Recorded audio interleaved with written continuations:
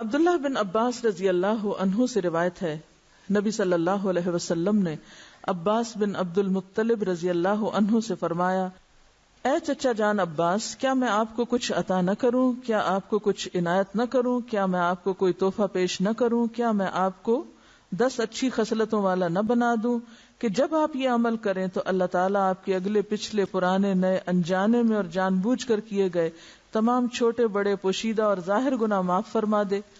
وہ یہ ہے کہ آپ 4 رکعات نفل اس طرح ادا کریں کہ ہر رکعت میں سورۃ فاتحہ اور کوئی دوسری سورت پڑھیں۔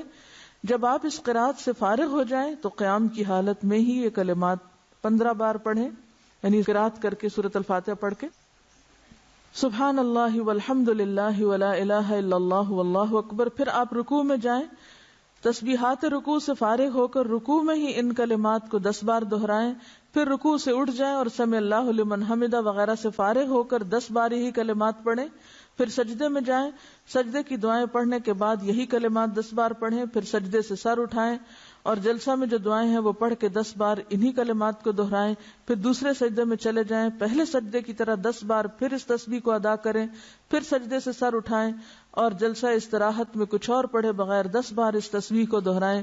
ایک رکعت میں کل 75 تسبیحات ہوئی۔ اسی طرح 4 رکعات میں یہ عمل دہرائیں۔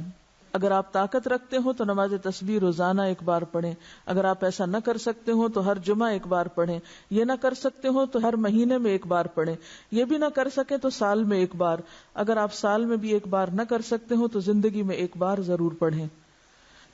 حافظ ابن حجر رحمۃ اللہ علیہ فرماتے ہیں کہ یہ حدیث کثرت طرق کی بنا پر حسن درجے کی ہے، یعنی نماز تسبیح کی حدیث جو ہے اس کے بہت سے طرق ہیں، یعنی بہت سی چینز ہیں، اس لیے یہ حسن درجے کی ہے۔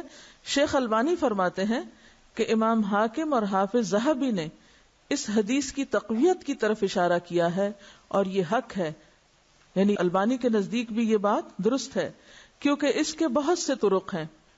علامہ مبارک پوری شیخ احمد شاکر نے بھی اسے حسن کہا ہے، جبکہ خطیب بغدادی، نووی، ابن صلاح نے اسے صحیح کہا ہے۔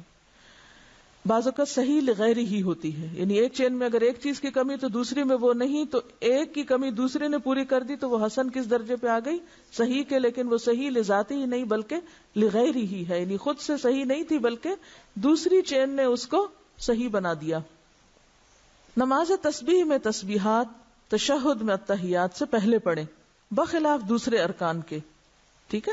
باقی تو یہ نا سورۃ فاتحہ وغیرہ پڑھ کے تلاوت کر کے پھر تسبیح پڑھیں، اسی طرح سجدے کی تسبیح پڑھ کے پھر یہ تسبیحات پڑھیں، سمع اللہ لمن حمدہ کہہ کے پھر تسبیحات پڑھیں، سجدے کی تسبیح پڑھ کے پھر یہ تسبیحات پڑھیں، اسی طرح دوسرے سجدے سے اٹھ کے پڑھ کے پھر اٹھیں۔ لیکن تشہد میں آپ کیسے پڑھیں؟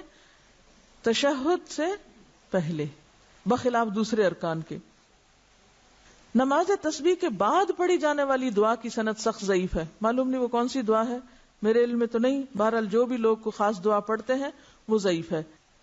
اس کے راوی عبد القدوس بن حبیب کو حافظ ہیثمی نے متروک اور عبداللہ بن مبارک نے کذاب کہا ہے۔ یاد رہے کہ اس حدیث شریف میں نماز تسبیح کو باجماعت ادا کرنے کا ذکر نہیں ہے، صرف انفرادی عمل کے طور پر نبی صلی اللہ علیہ وسلم نے اپنے چچا جان کو اس کی ترغیب دی ہے۔ لہذا جو مسلمان نماز تسبیح ادا کرنا چاہے اسے چاہیے کہ پہلے نماز تسبیح کا طریقہ سیکھے، پھر اسے تنہائی میں اکیلا پڑھے۔ یہ رویہ بھی انتہائی مہلک ہے کہ بندہ فرض نمازوں پہ تو توجہ نہ دے مگر نماز تسبیح ادا کرنے کے لیے ہمہ وقت بے تاب رہے۔ لہذا فرض نمازوں کے تارک کو پہلے سچی توبہ کرنی چاہیے، پھر وہ نماز تسبیح پڑھے تو اسے یقیناً فائدہ ہوگا، کیونکہ فرض قضا کر کے نفل پڑھنے میں فائدہ نہیں ہوتا۔ نفل اس وقت فائدہ مند ہوتے ہیں جب آپ فرض بھی پڑھ رہے ہوں، تو بہت سے لوگ فرض تو پڑھتے نہیں اور کبھی کبھی صلاۃ و تسبیح پڑھ کے سمجھتے ہیں کہ سارے فرض ان کے ادا ہو گئے، جبکہ ایسا نہیں۔